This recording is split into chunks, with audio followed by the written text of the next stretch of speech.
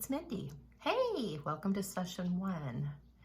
We're going to start building a crocus house out of air dry clay. And just going to tell you up front, I'm going to try to just keep this running. So if I do stupid things, drop things or whatever, it's just going to happen because this is real world. Okay. Also, I'm not sure about the best vantage point for where my camera is at. So maybe later on you can comment and let me know if you think a different vantage point is going to be better for you to see, okay? But let's just get started. I'm going to just keep this very basic. So this crocus house is a pretty simple design, okay? So this is what we're going to go on. And I also want to say up front that while this class is named Fairy Houses, it doesn't have to just be fairy houses. We're going to delve into a lot of different stuff. Maybe some characters, like I have done a wizard and an owl and all different kinds of things. Once you start working with air dry clay, you know, the possibilities literally are endless. And I tend to, you know, go off on a rampage very easily. I could just, you know, when you have a creative mind, how that goes, I guess I probably don't even have to explain that. So I'm going to try to just keep things focused and simple, especially on in this first class. I'm just going to keep it simple, okay? Because as time goes on, we're going to just get very, very involved. It'll be a blast, trust me. Okay? But anyway, so I'm going to just tell you the very basics of what we're going to be using, okay? So the first thing is your concept. So my concept is to do a little fairy house. Okay, it's going to look like a crocus. Today's the first day of spring, and my dad planted crocuses, so I remember them in our front yard. So that's what I think of on the first day of spring. What I'm using for the basic armature is a little yogurt jar, okay? So this was wee yogurt, and I just used some Goo Gone to take the label off, okay? These are great little jars for this. And what we're gonna be doing basically is we're gonna be building a house structure on this as the foundation, basically. And when it's done, there will be a door and a couple of windows, and then you can lift it up and put one of these little lights underneath it, and then it shines through. So it's basically like a little night light, okay? You can get, like, again, this can get big and very involved, but we're gonna start out small and very simple. So what we have today is a jar. We have our clay, which is, I prefer DOS clay, okay? I buy it this way. I buy it online from Amazon. I've also bought it from Walmart.com. Sometimes it's tricky to find. I believe it comes from Germany, so sometimes it's a trick to find, especially in this day and age with shipping and everything. But anyway, this one has 4 1-pound bricks in it, okay? And it comes like this. Here's the bricks. And they also give you a little package of, I can't get it out right now, but they give you a little package of markers in here, praying markers. So I have tons of praying markers too. Anyway, so it comes in a nice little container like that. I already have one open though that I used recently, and I taped it closed. So what it is it's paper clay, okay? So it's air dry clay. It hardens, like, let's just say overnight. Sometimes it may take 2 days, but it hardens on its own. You don't need a kiln. You don't have to put it in the oven. It's air dry clay, so it's cool stuff. And it can be re-softened, reactivated with water. So you always have to have some water close by. So I have a little container of water here, okay? Then I have another little container that I'm going to make slip in, which you probably have heard of, but we'll touch on that a little bit later. I have 2 wet rags. 2 might not even be enough. I'm kind of sloppy, so I always need a rag around. And I just bought this little sprayer. How cute is this? I just got this at Joann's because I couldn't resist, and I don't even know if I'll need it, but come on, it's a little sprayer. a hot glue gun and some glue sticks. Okay, tin foil. All right, this is very important, and so is the glue. And then I just bought a basic tool set. Okay, and I have a scissors here, and I didn't know why I was going to include the scissors. Now I know why I needed it. In this tool set, there is a roller. It's just a little tube, okay? You could use, if you have an old cookie dough roller, you could use that or any kind of a roller. I have this kind of a roller too, okay? Pasta roller. And these are just some of the basic tools. Now, I will tell you that I have probably well over 100 or maybe 200 tools. But they're at a job site out of town, so I had to go buy some basic ones. But you know what? I think that's good because I want you to see these are basically all you need, okay? And you can start to use tools from around your house, forks and spoons and knives and hairbrushes and all kinds of stuff to make texture. But like I said, I have to rein it in and just keep it simple. So these are our tools. Okay, so I think basically I showed you the main things that you would need for this project. So now what we're going to do is we're going to take a look at our structure. Okay, so the base of it is going to be this jar. So what we need to do is we need to look at this shape, which is pretty much just a cone shape, right? These petals will be made of clay. This will be made of clay. The house siding, let's call it siding, and the door, that's all clay. Where the windows and the door window are, that'll actually be cut out and you'll see the glass, okay? So you can, you know, so it's like a nightlight, you can see that through there. And actually on the bottom of here, just so you're not confused, that's just a slab of wood that a lot of times I display my little fairy houses on those little slabs of wood that you can find. Okay, so, all right, so what we need to do is we need to get the basic armature, which is the structure or the bones of it, all right? So we have this as a base. We need to get a cone shape at the top. And the way we're going to do that is we're going to use tin foil. Oh, also I have these little, I'm not really, there's some kind of little plastic things that I roll on that I can kind of clean off. I can't remember exactly what they were for, but I got them at Joann's. Or maybe they're for, I don't know what they're for. But anyway, I use them for clay. Okay, but I guess let's just keep this, we'll just keep referring back to this. I wonder if I could set it somewhere we can look at it. I don't know if it'll stay there or not. I mean, if it's in a good spot or not. Anyway, okay, so we're gonna take our jar and take a whole bunch of tin foil.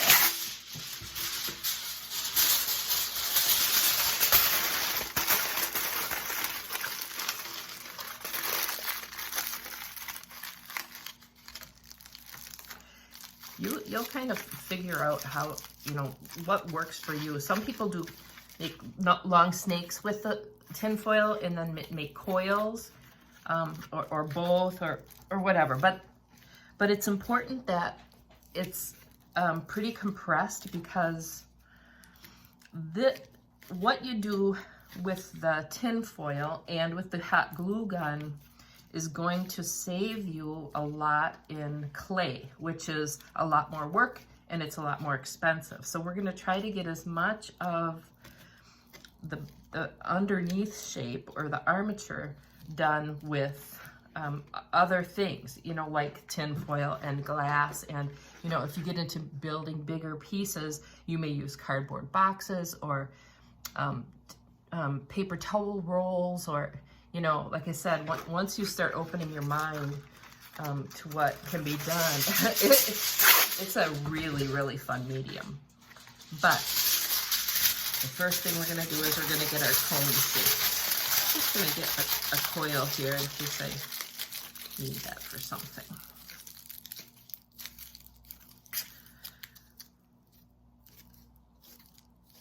And you know, at first I used to do them, I would leave a lot of air in here and I thought, oh, that'll use up more space. And you know, that's okay to a degree, but you want it to be pretty secure underneath it because you're gonna have clay over the top of it and you don't want it to collapse, you know, the what's inside of it to collapse.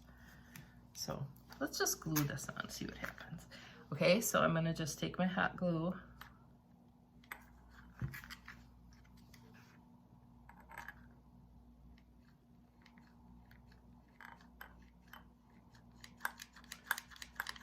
I'm impatient. I need to stop. I need to stop being impatient. It should be like a meditative thing, right? Yeah, let's try to make it meditative. Okay. Okay, it's meditative. It really is, and it should be. And I have to stop myself all the time. Okay, so I'm starting to just add this coil.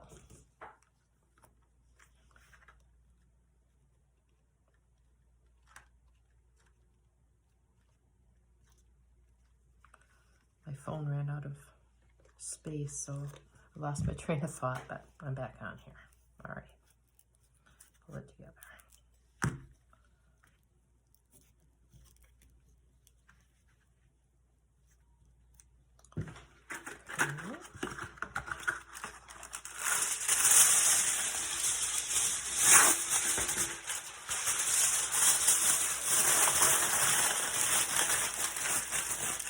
You kind of get the idea what I'm doing here with these coils.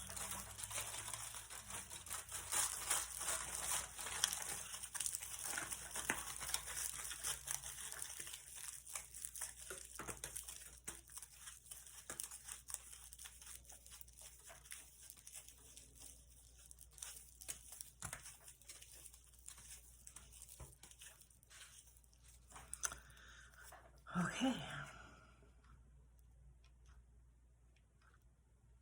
Come on, baby.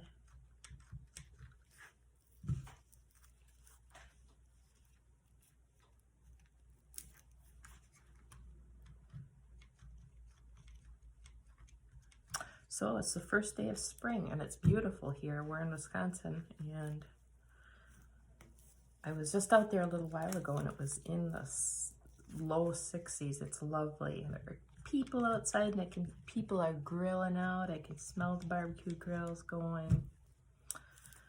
And we're very grateful for that. It's been a long winter as usual.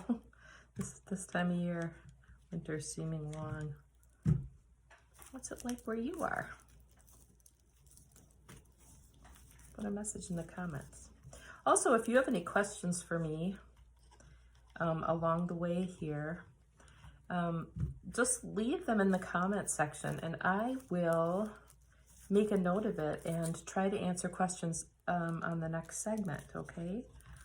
Eventually I might do lives, but I don't have any lives planned right now, but we're just gonna let this thing evolve and kind of see, you know, it's a learning thing.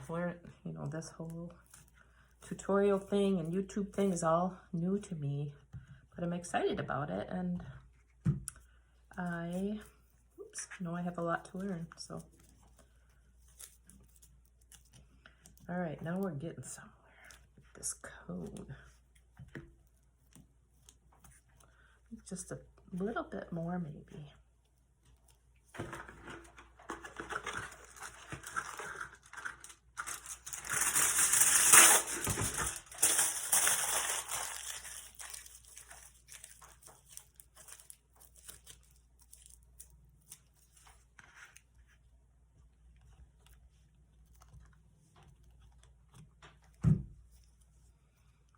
Oh, there's different temperatures of glue guns, and I have this, a hot glue gun.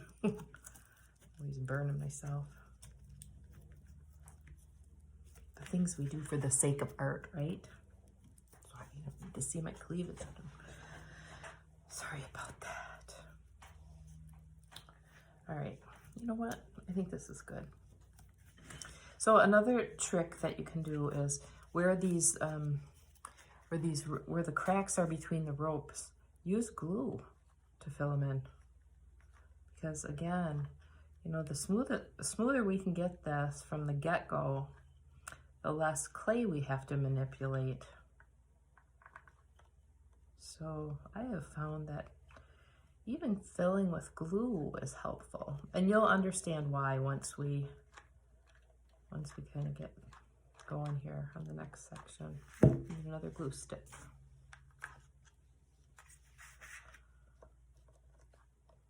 What would we do without our hot glue guns, right? I'm always buying hot glue guns. I don't know where they disappear to.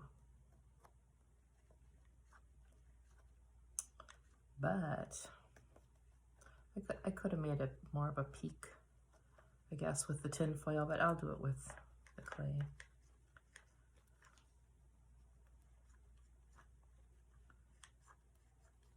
Okay.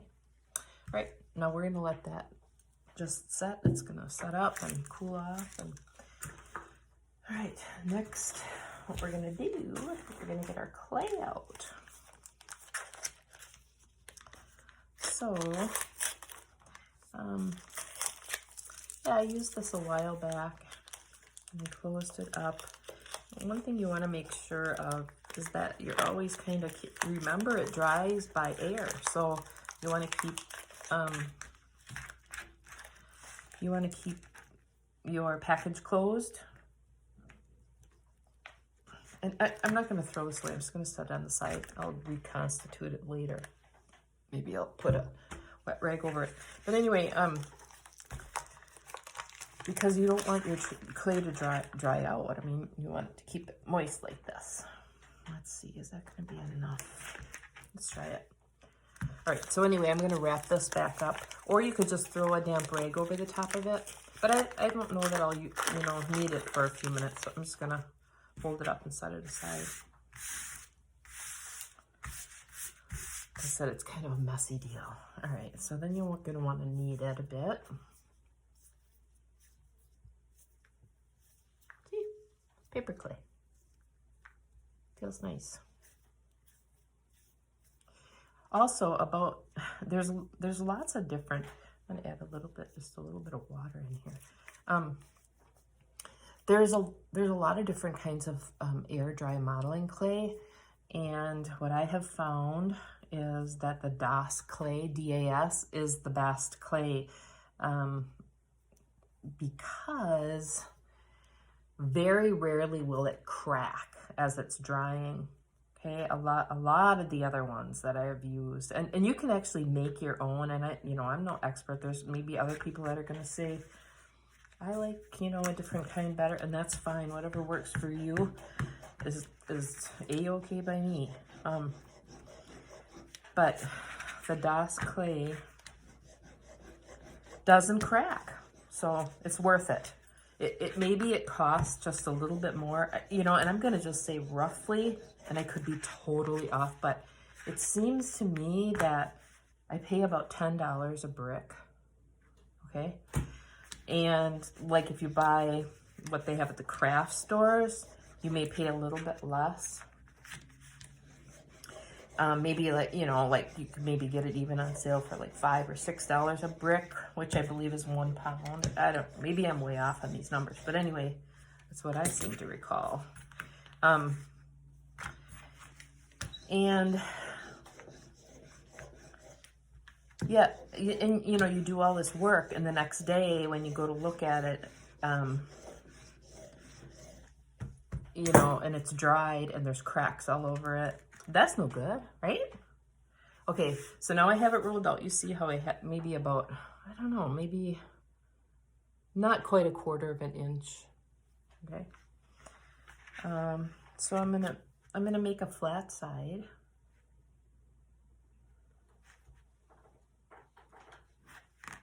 Okay, peel that away. And then I'm gonna take my little house,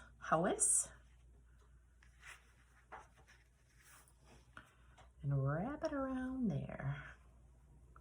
I think it might be a good fit. It's just kind of a guesstimate. All right, so what we'll do is we'll just kind of build in that, the doorway right there. I even kind of like how this flares out on the bottom a little bit. So I'm just forming it to the glass, okay? I'll take some of this excess.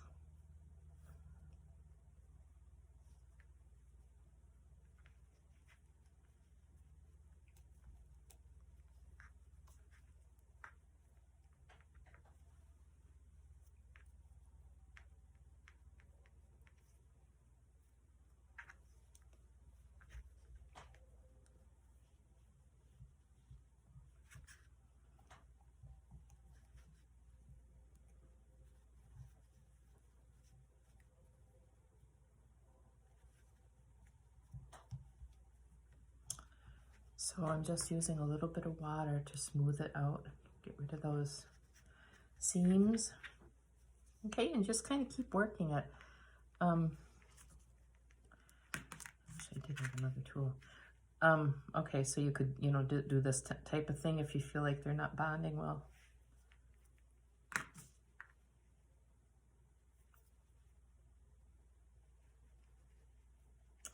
Another thing is, to get this perfectly smooth, I find is difficult. And that's maybe just because I tend to work fast. But one way that to make that look like a happy accident is to create texture. Okay, so like in a roof, you obviously often are going to know, yeah, I'm going to make the textured roof. But you could, for example, take this little thingy and just make dimples all over it. And that looks really slick when it's dry and when you paint it. I guess that's what we're doing here, okay? This one's going to have dimples because they already started it. Here we are. I don't know, maybe I'm jumping the gun. I didn't even cut out the doorway yet, but we're working on the siding now. Okay, that's all right. Hi, I cut out again, so we missed a couple minutes here, but I have all the dimples on here. And what I'm gonna do now is, I'll use this, I'm gonna cut out, this is gonna be the door area, okay? So I'm gonna cut out the window for the door.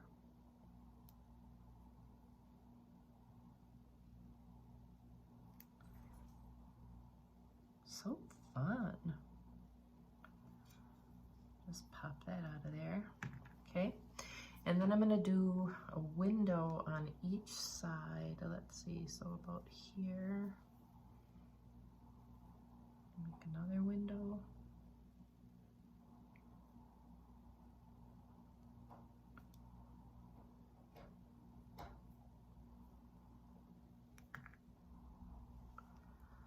And another one, let's see, about here.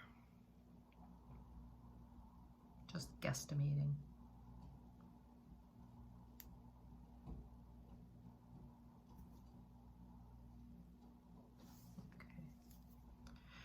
And usually use a smaller ball thing than this, but then kind of take your one of your tools, kind of clean it up a little. Like I said, in my other tools, I have some that have a smaller ball on it, and that works really slick for just kind of opening this up a little bit. Glad I have this spray bottle. It's starting to dry. It's air dry clay. Look at that. It's starting to dry out. Okay. Also, where it leaves a film, okay, that can just be wiped out. Also, this stuff is sandable. So tomorrow, if there's any, weirdness or whatever, we can sand it off, or whenever it is, a year from now, or whenever you get back to it. It's sandable. Until it's sealed and painted, it's sandable. Okay, so also, what I did when I cut out again is I rolled out some more clay, and I started to cut out the four petals. All right, so I'm going to do the other two because we're getting low on time here. Let's see. I'm going to do the 4 underneath petals, and they'll be covered up by 5 petals that will overlay them, but they have to be done in the next session after this part dries.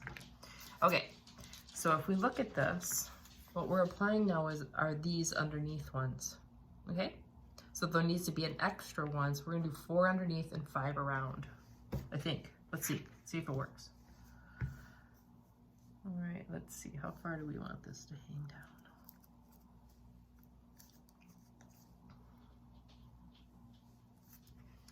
See how I'm doing that? Kind of give it a little shape, and then just kind of up here, it'll disappear, so we can kind of smash it onto it there, onto the roof. So there's one.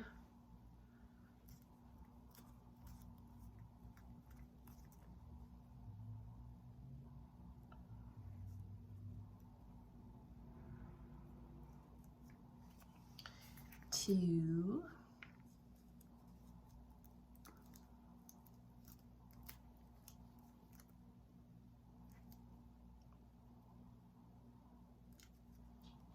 Like I said, I'm not doing a lot of manipulating or details on this because I'm just trying to do it simple, okay?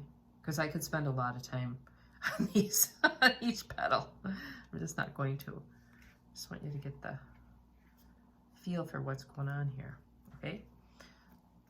All right, so now we are going to let this dry overnight, and by tomorrow morning I'll be able to work on it again.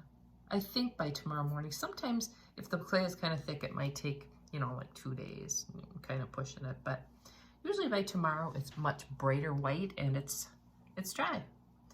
I just noticed under here I can kind of see the tin foil. Well, we can always just smash some more in there if we can see that, or paint right over it.